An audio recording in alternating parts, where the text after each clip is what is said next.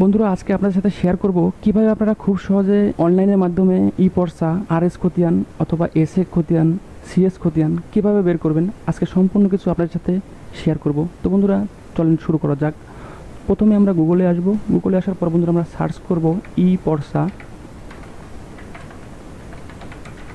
পর্সা লিখে সার্চ করব। সার্চ করার সঙ্গে সঙ্গে বন্ধুরা দেখতে পাচ্ছেন এখানে কিন্তু যে ওয়েবসাইটটি দেখতে পাচ্ছেন ই পর্সা গভ বিডি, এখানে ক্লিক করব।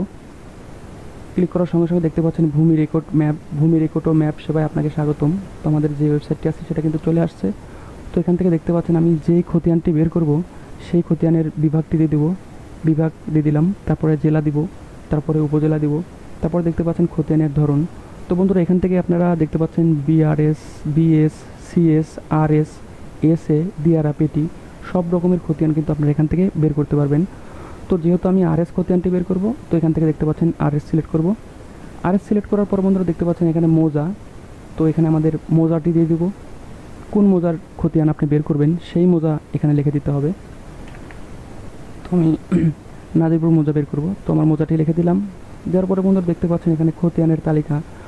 তো আপনি যে খতিয়ানটি বের করবেন সেই খতিয়ানের নাম্বারটি এখানে দিয়ে দেন।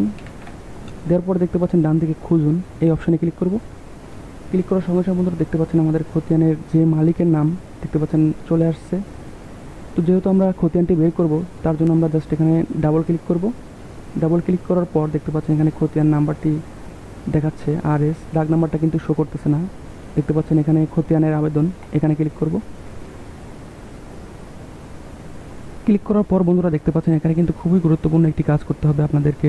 দেখতে পাচ্ছেন এখানে জাতীয় পরিচয়পত্র নম্বর। তো এখানে কিন্তু আপনাদের ভোটার আইডি কার্ড অনুযায়ী মানে আপনাদের জাতীয় পরিচয়পত্রের যে নাম্বারটি আছে সেই নাম্বারটি আমরা এখানে বসিয়ে দিবেন। তারপর দেখতে পাচ্ছেন ডান দিকে জন্ম তারিখ। তো এখানে আপনাদের সেই জন্ম তারিখটি বসিয়ে দিবেন। বন্ধুরা অবশ্যই কিন্তু জাতীয় পরিচয়পত্র নম্বর, জন্ম তারিখ, আপনার নাম ইংরেজিতে, জাতীয় পরিচয়পত্র অনুযায়ী এই সম্পূর্ণ তথ্য কিন্তু কোনোভাবে ভুল হওয়া যাবে না, ভুল হলে কিন্তু হবে না। ফার্স্টে আমাদের জাতীয় পরিচয়পত্র নম্বরটি দিয়ে দিলাম, তারপর দেখতে পাচ্ছেন জন্ম তারিখ, তারপরে দেখতে পাচ্ছেন এখানে নাম ইংরেজিতে, জাতীয় পরিচয়পত্র অনুযায়ী নামটি কিন্তু অবশ্যই আমাদের ভোটার আইডি কার্ডে নামটি কিন্তু অবশ্যই বন্ধুরা আমাদের ভোটার আইডি কার্ডে যে নামটি আছে একদম সঠিক নামটি দিয়ে দিতে হবে। তারপরে দেখতে পাচ্ছেন ডান দিকে মোবাইল নম্বর। তো এখানে আপনাদের মোবাইল নম্বরটি দিয়ে দিবেন।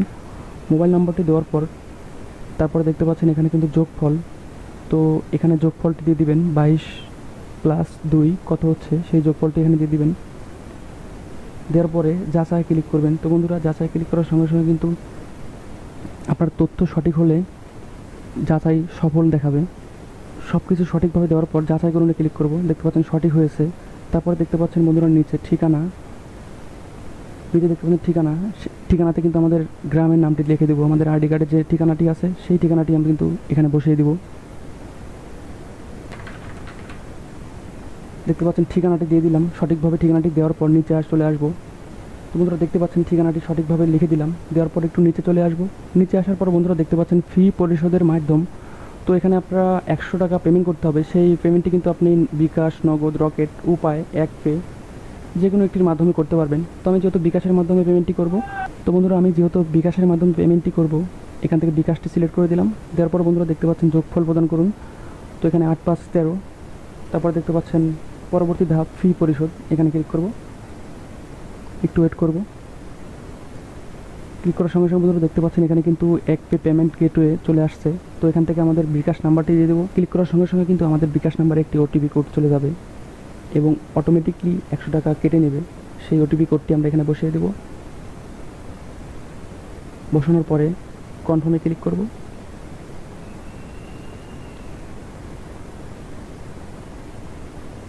তারপর আমাদের বিকাশের যে পিনটি আছে সেই পিন নম্বরটি আমরা এখানে বসিয়ে দেব।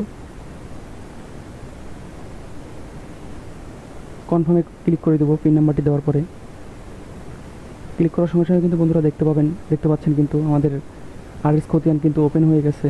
আমাদের খতিয়ান কিন্তু ডাউনলোড অলরেডি হয়ে গেছে। আশা করি আপনারা বুঝতে পেরেছেন কিভাবে অনলাইনের মাধ্যমে খতিয়ান বের করতে হয়।